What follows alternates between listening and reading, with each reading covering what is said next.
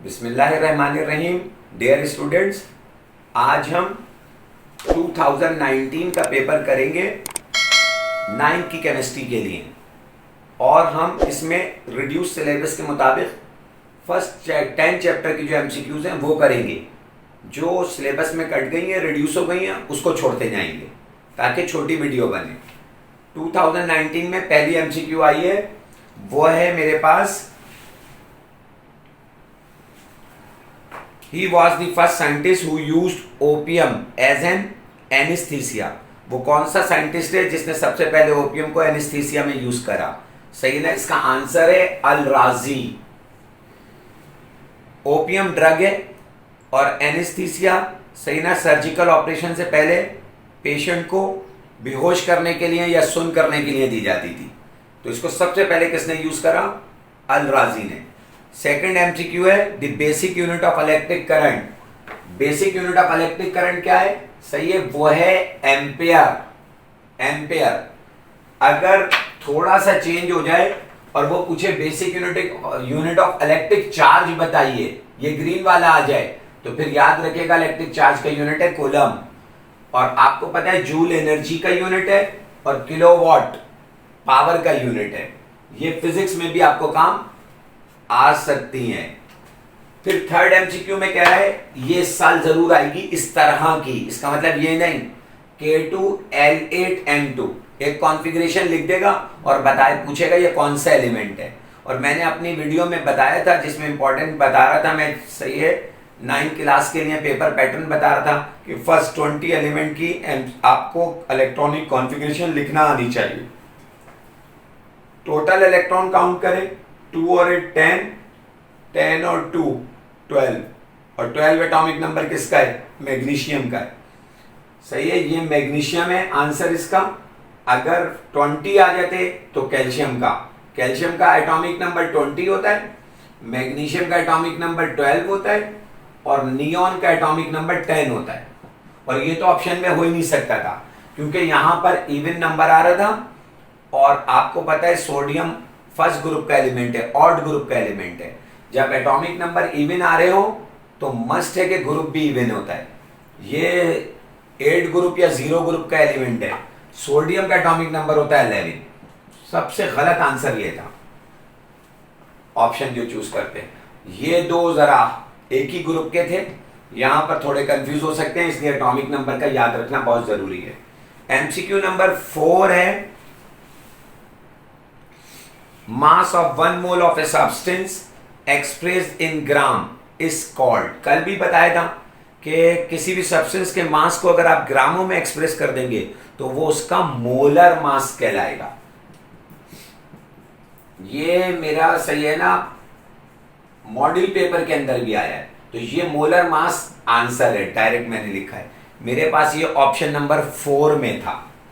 ये MCQ number 4 है और इसका ऑप्शन नंबर 4 में था ये। और यही कहा जाता है एएमयू हटाओ, ग्राम लगाओ, मोल बनाओ। Atomic mass, molecular mass, formula mass का यूनिट होता है एएमयू। और अगर इनके ये एएमयू हटा के ग्राम लगा दें तो ये सारे मोलर मास बन जाते हैं। एमसीक्यू नंबर 5 है this one of the following pair of elements is chemically similar. ये भी मॉडल पेपर में आ गई है, यहीं से आई है। कह रहा है कौन से 2 पेयर ऐसे हैं जो केमिकली सिमिलर है। और इसने पेयर दिए, पहला पेयर दिया पोटाशियम और क्लोरीन का, दूसरा पेयर दिया है कॉपर और कैल्शियम का, यहीं से उठा के मॉडल पेपर में दी गई है। और तीसरा पेयर दिया है फ्लोरीन क्लोरीन, और यही आपको पता है आंसर है, सेम ग्रुप के मेंबर होने चाहिए। ऑप्शन नंबर 4 में इसने दिया है नाइट्रोजन और ऑक्सीजन। ये 5th ग्रुप का है, ये 6th, पेयर नहीं बन रहा। ये फर्स्ट ग्रुप का है, ये 7, पेयर नहीं बन रहा। कॉपर डी ब्लॉक एलिमेंट है, ये 2nd ग्रुप का है, पेयर नहीं बन रहा। एक ही है, दोनों 7th ग्रुप के एलिमेंट है। खाली याद नहीं करना है, घूम सकता है, समझ में आ गई बात, डिफरेंट हो सकती है, लेकिन इस टाइप की एमसीक्यूज के आने के इम्कानात बहुत ज्यादा हैं। एमसीक्यू नंबर 7 है, 7 में है मेरे पास, सॉरी 6 है, the process in which molecule escape from the surface of a liquid is called evaporation. ये भी मॉडल पेपर में मैंने बताया है, सही है, कि अगर कोई लिक्विड डायरेक्टली कन्वर्ट हो रहा हो किसके अंदर, गैसियस स्टेट के अंदर, तो इस प्रोसेस को क्या कहते हैं, एवोपरेशन कहते हैं। एमसीक्यू नंबर 7 है,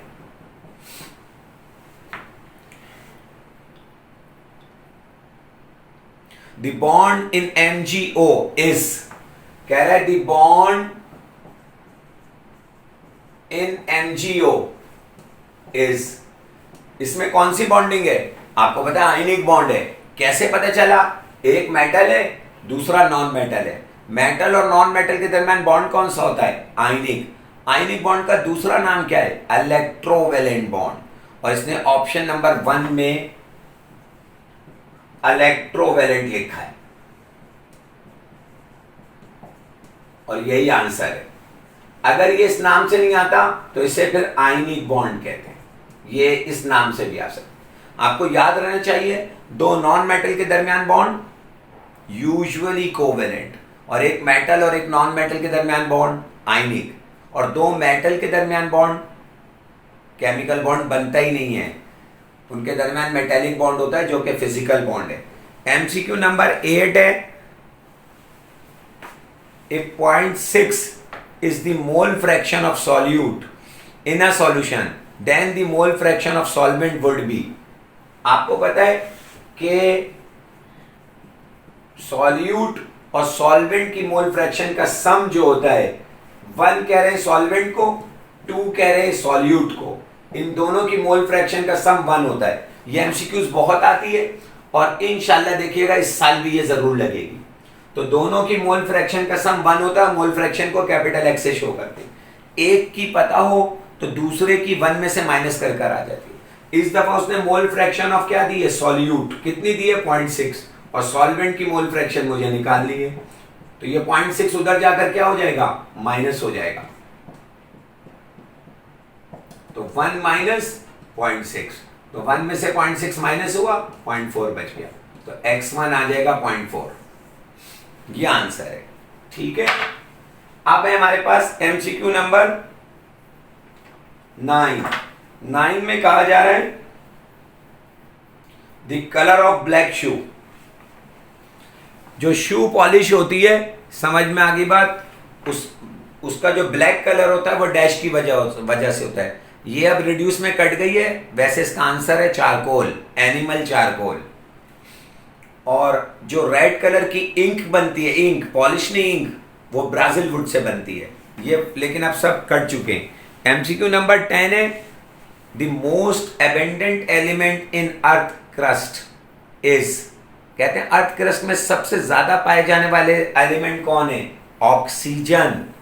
नंबर 1 कौन है अर्थ क्रस्ट में पाए जाने वाला, वो ऑक्सीजन, ये नंबर 1। नंबर 2 पर कौन है सबसे ज्यादा, सेकंड मोस्ट एबेंडेंट कौन है, सिलिकॉन। सिंबल भी लिख देता हूं, लेकिन अब ये रिड्यूस में कट गए, लेकिन जनरल नॉलेज है इसलिए मैंने इसको बता दिया, ठीक है। कह रहे हैं Coca Cola contains this acid, carbonic acid, ये भी जनरल नॉलेज है, अब कट चुका है। ये जो सॉफ्ट ड्रिंक होते हैं, स्प्राइट हो गया, कोको कोला हो गया, इसमें कौन सा एसिड यूज करते हैं, कार्बोनिक एसिड, और इसका फार्मूला होता है H2CO3, ये फार्मूला होता है। आगे चलते हैं,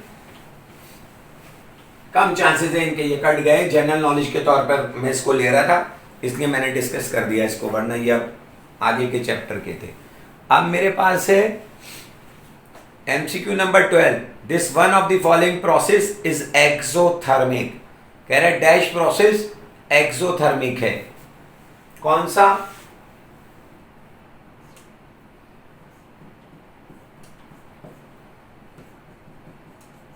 मैं इसे रोमन न्यूमरल में इसलिए डाल रहा हूं कि मॉडल पेपर में जितनी एमसीक्यूज आई हैं ना वो रोमन में आई हैं, और मेरे पास जो पास पेपर है वो तो सही है ना, काउंटिंग 1 2 3 4 में, मैंने रोमन न्यूमरल से डाल रहा हूँ कि आदत हो जाए बच्चों को लिखने की, शायद पेपर में ना रोमन न्यूमरल में आए, तो इस वजह से ऐसा कर रहा हूँ। ये 12 है, कह रहा है दिस, सही ना, which one is exothermic, short करके लिख रहा हूं, कह रहा है कौन सा एक्सोथर्मिक प्रोसेस है, बस ये पूछा है। और यहां ऑप्शन में मुझे आंसर दिए हैं एवापोरेशन, बिल्कुल नहीं। एवापोरेशन में लिक्विड कन्वर्ट होता है गैस में, तो एनर्जी एब्जॉर्ब कर समझ में आ गई बात, गैस में कन्वर्ट होता है तो एनर्जी एब्जॉर्ब हो रही है, तो एंडोथर्मिक है, तो ये ऑप्शन तो गलत। ऑप्शन नंबर 2 में क्या कह रहा है, सही है ना, वो कह रहा है थर्मल डीकंपोजिशन। थर्मल डीकंपोजिशन भी एंडोथर्मिक होता है।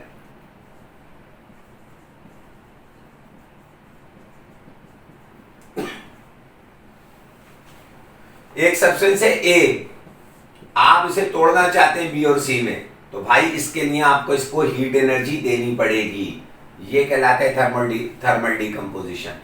यह भी आ जाएगा आगे के पेपर में, लेकिन ये एंडोथर्मिक की एग्जांपल है। तीसरा है रेस्पायरेशन, सांस लेने का अमल, जी रेस्पायरेशन लिखा है थर्ड पर, और यही आंसर है। समझ में आ गई बात, जब आप सांस लेते हैं तो ऑक्सीजन, सही है ना, लंग्स में एब्जॉर्ब होती है, जो बॉडी में मौजूद कार्बोहाइड्रेट को बर्न करती है, और किसी चीज का जलना एक्सोथर्मिक होता है, इसलिए रेस्पायरेशन, सही है ना, ये एक एक्सोथर्मिक प्रोसेस है। चौथे में कह रहे हैं मेल्टिंग, भाई मेल्ट होता है कोई सॉलिड, और सॉलिड को लिक्विड में कन्वर्ट करने के लिए उसे हीट एब्जॉर्ब करानी पड़ती है, इस वजह से ये भी एंडोथर्मिक है। अगर एमसीक्यू ये हो जाए कि इसमें से कौन एंडोथर्मिक नहीं है, तब भी आंसर रेस्पायरेशन है, सही ना, घुमा कर भी आ सकती है, इसलिए थोड़ी सी ज्यादा डिस्कशन करी मैंने इसकी। एमसीक्यू नंबर 13 है maximum density of water at 4 degree centigrade. ये फिजिक्स में भी पढ़ते हैं हम लोग, फिजिक्स में भी इंपॉर्टेंट है। वाटर की मैक्सिमम डेंसिटी 4 डिग्री सेंटीग्रेड पर होती है, ये जनरल नॉलेज याद रखिएगा, लेकिन कितनी होती है ये याद रखिएगा, 1 ग्राम पर सेंटीमीटर क्यूब होती है, ये मैक्सिमम डेंसिटी ऑफ वाटर है। ये वाटर के चैप्टर से आई है जो रिड्यूस में कट गया, लेकिन water as a general knowledge दे रहा हूं इसलिए बताया है, ठीक है। It is the highest carbon content, ये कट चुका है, कार्बन का चैप्टर है। आपको पता है सबसे ज्यादा कार्बन कौन सी होती है, कार्बन के 4, सही ना, कोल की फॉर्म है, आपको पता है उसमें क्या है, पीट, बिटुमिनस, लिग्नाइट और एंथ्रासाइट। एंथ्रासाइट सबसे हार्ड कोल होता है और पीट सबसे सॉफ्ट कोल होता है, और एंथ्रासाइट में कार्बन की सबसे ज्यादा क्वांटिटी होती है, तो इस वक्त आंसर है एंथ्रासाइट, लेकिन कट चुका है। कह रहे सल्फर को जब आप एयर में बर्न करेंगे तो वो ब्लू फ्लेम के साथ जलती है, और बनने वाला जो कंपाउंड होता है वो डैश होता है। जाहिर है जब आप सल्फर को जलाओगे, जलने में कौन मदद देती है, ऑक्सीजन, तो SO2 बनेगा, कॉमन सेंस यूज करेगा, रिड्यूस में कट चुका है। और 16 MCQs जो है वो, सही ना, कॉपर और टिन की जो एलॉय होती है वो ब्रॉन्ज होती है, जो थर्ड आने वाले को ओलंपिक में मिलता है। फर्स्ट आने वाले को गोल्ड मेडल, सेकंड वाले को सिल्वर, थर्ड आने वाले को ब्रॉन्ज मेडल मिलता है। और ब्रॉन्ज जो है वो कॉपर प्लस टिन, टिन का भी सिंबल लिख दें SN की एलॉय होती है, सही है। ये अब सब कट चुका है। और 17 ऑर्गेनिक से आई है, the following is the functional group of alcohol, ये भी अब रिड्यूस में कट चुका है। तो 2019 का पेपर हमारा कंप्लीट हो